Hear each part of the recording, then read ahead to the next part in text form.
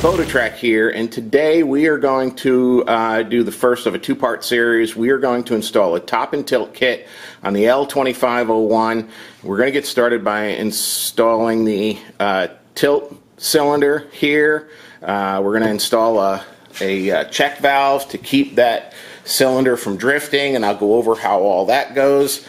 So coming back to the back of the tractor, and you can see that I got the wheel off already, and to give myself a little bit more room. And this side link adjustment here is what we're going to replace and put that cylinder on. So with the hydraulic cylinder in this place, from the seat we'll be able to tilt the implement left and right, I guess, if you will, if you're standing behind it. Comes in extremely useful when you're using a box blade, excuse me, to crown a driveway, or you're using a drill auger to keep it perfectly vertical and you're working on a hillside, or to adjust bottom plow. So we are going to run the plumbing through this section of the tractor here. Going to run underneath the floorboard and connect it here to the third function valve. So we'll be able to connect it and disconnect it as well, so we can adjust everything using the joystick. Now, I don't know if a lot of people remember or don't remember or think about, this valve here has a little bit more function than just running the grapple. So you can use this valve to control another cylinder, and that's exactly what we're going to do. We're going to use it to control that tilt cylinder. So once we run the lines under the floorboard, we're going to bring them up. That's why I made that brace on the front end loader to hold the extra lines while they don't flop around. And then we'll just go ahead and use this button here to adjust the cylinder back and forth as necessary. So on the other side of the tractor is where I'll get a better angle to show you. This will be low light, so it's going to take a second to get focused. But right where that hole is, all right, and that's a hole that the manufacturer put into the fender. We're going to go right over that hole there, or right to the side of it, with the check valve, and we're going to mount it, and then the hoses are going to branch off of that forward and backwards. So that's really going to be the start of where we're going to go. So I'm going to go back over to the bench in a second, and we're going to talk about the check valve, and we're going to make everything up on the bench and then bolt it up here and do the final connections. This is really going to be a pretty quick job, so hold on, we'll be right back. Okay folks, so over here on the bench I have a check valve. I got it from Summit Hydraulics. It's ported for 1/2 inch, got 11 gallon per minute flow rate, and that's pretty much performance matched to the tractor. On my cylinder, bring that over here, there's no check valve mounted in here, and that's because I couldn't find a tilt cylinder for the L2501 that had a check valve attached to it. And check valve's real important to have, I think, in my opinion, on a top and tilt kit for both cylinders, because it keeps them from drifting while you're using them. These two bolts are the mounting bolts, and we're going to mount it kind of like in this configuration here. It'll be mounted, right up against the fender in that configuration. The hoses are going to attach where these caps are on both sides, and the caps that are closer together, this is the valve side, so we're going to attach this to the valve, and the ones that are farther apart are the cylinder side, so we'll end up running those to the cylinder. Like I said just a few seconds ago, I'm going to make this all up on the bench with the hoses, so that all I have to do is set it in, bolt it up, and then I can work on getting the hose ends together. So I'm going to make this up, and we'll be right back. Alright, we're back to the check valve, and before I go ahead and make these hoses up on it and tighten them all down, I want to get these holes drilled in the fender. That's kind of a critical measurement, and I don't really have a whole lot of room to swing the drill around. So what I'm going to do is I'm going to take a piece of painter's tape, and I'm going to put it on there and just kind of make a template that'll self-stick so I can drill holes. I'll take this rod that I have and just push it down there and And now I've got a template that I can attach to the steel fender and drill through that fender so that the mounting holes are perfect, and this will slide into place. There is not a lot of room to work in there, so getting as much done up here on the bench as I can is really going to be helpful in getting this done. So now that I got this done, let me go attach it to the fender and get the holes drilled. Okay, so as you can see, I put the piece of tape on there. I drilled those holes through. I put just a slight cant this way, which will kind of help me keep from putting a real tight radius in the hydraulic hoses. So we're going to go ahead and get that check valve made up on the bench and then bolt it to the other side of this fender on the inside. So you can see how that tape template here works pretty good at drilling those holes. We'll be back in a second.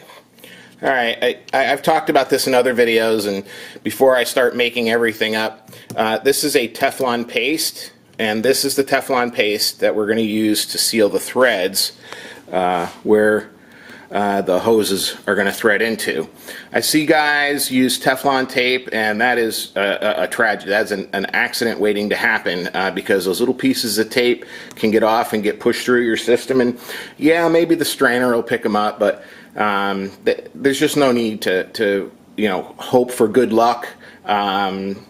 Use the right stuff that you need to put it all together, and you'll get much more professional results. So all of these threads are going to be lightly pasted with the Teflon thread sealant, and that'll keep everything from leaking. So I just wanted to throw that in real quick before I show you what the valve looks like all made up with the hoses. So be right back.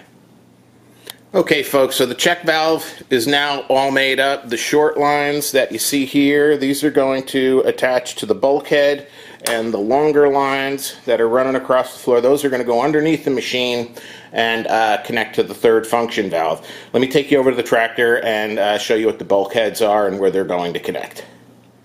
Okay folks, so we're over here at the bulkheads. You can see there's 4 of them. 1, 2, 3, 4. The ones with the blue caps are the ones that we're going to use for the tilt cylinder, and then the ones with the clear caps are going to be for the top cylinder. So we're only going to worry about connecting these 2 today, and then hopefully that'll get our system up and running, at least on the tilt side. So I'm going to go ahead and feed that check valve assembly into place and bolt it down, and then we'll go ahead and get to the next step. Okay folks, so there's the check valve, pretty much in the position that it's going to go. I did drill an extra hole in it because it was sitting perfectly vertical, and I think it's going to reduce a lot of stress on the lines if I just put it at a 45-degree angle. So I had to drill a second hole in it so that I could mount it at a 45-degree angle, but that's where it's at. The nuts are just finger tight on the bolts. I'm going to lay underneath the tractor and tighten them down, and then route the hoses to where they're supposed to be, and we'll be right back so I can show you how that looks, and then we'll get the quick connects connected and the bulkheads. Okay, so if you see the black line with the green logos on it, you'll see that the line goes underneath and comes up in between the front end loader subframe. Let's get over here, and you can see that they loop around and tie right in to the third function valve on the front. So that's how the front goes in. I think what I'm going to do is get some of that black canvas-like hydraulic line protector, I don't know what it's called, that long sleeve, and put that under there so that we're protected where it goes underneath the floorboards. And then over here you can see where it comes out of the other side of the check valve and then goes up in between the ROPS and the tractor frame to there. So if we come around to here, then you can see all we need to do is to connect them up to the bulkheads. So again, I'm going to take those off and get the quick connects connected to them, and then we'll spin these on. Get that focus there. Spin these on to the back of the bulkheads, and we'll go up to the last part, which will be connecting the cylinder and testing the system. So we'll be back in just a few seconds. Okay folks, as you can see, I got it connected up and threaded in and ready to go. So the next thing to do is going to be to connect the hoses to the cylinder. But what I wanted to point out here is you'll notice that I put the female coupler on top and the male coupler on the bottom, and that's so that every time I connect the cylinder, I connect the same hoses to the same place every time. That way, when I push the button on the joystick, I push it forward, I want it to be designated to collapse the cylinder, and when I push it backwards, I want it to expand the cylinder. So just kind of the reasoning behind why I did that, and that I did it on purpose. So let's get the cylinder plumbed up, let's get the hoses on that and into place, and I'll be right back. Okay folks, so there's the finished product. The quick couplers are on, the hoses are in, everything's done all the way down to the cylinder, and this is what it looks like. Lines are neatly out of the way. I don't know if I'm going to have to put some kind of a hook on there to pull this over or not. Wait and see when we get the tire on, but there we go. That's up. So I'm going to start the tractor up and bleed the lines out and operate the cylinder a few times, and then we'll come on back and I'll show you how it works. Alright folks, so I got it running and everything's working fine. As you can see, the cylinder moves up and down to turn that part of the hitch, but it's moving a lot faster than I want it to move. I can't really fine-tune this the way that I want to. So what I'm going to do is I'm going to install a set of flow restrictors to slow that down, and I'll show them to you in just a second. Okay, so here's a set of 1/2-inch flow restrictors. They go right behind the 1/2-inch quick connectors that are in the connected to the third function valve. And I don't know if you can see inside there, but maybe if I turn it that way, you can see in the center there's a tiny little 1/32 inch hole that's drilled in through there that will reduce the flow so that that cylinder can be controlled a lot easier, because it's going to slow the flow. So it's going to slow that ram from moving back and forth much slower, and you'll be able to fine tune it. It won't travel as fast when you actuate the button. So I'm going to go ahead and take them apart and put these in, and then we'll give it another look out. So I'll be back in just a few. Alright, so here we are at the end. It's all complete. The flow restrictors are in. I got one here and one here. You can see the swivels.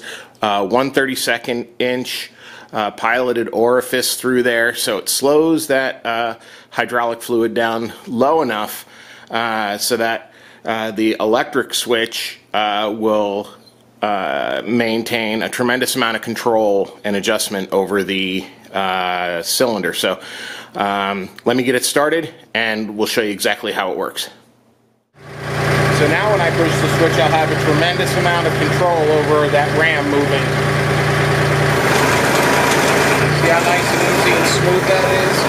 I can control that a lot easier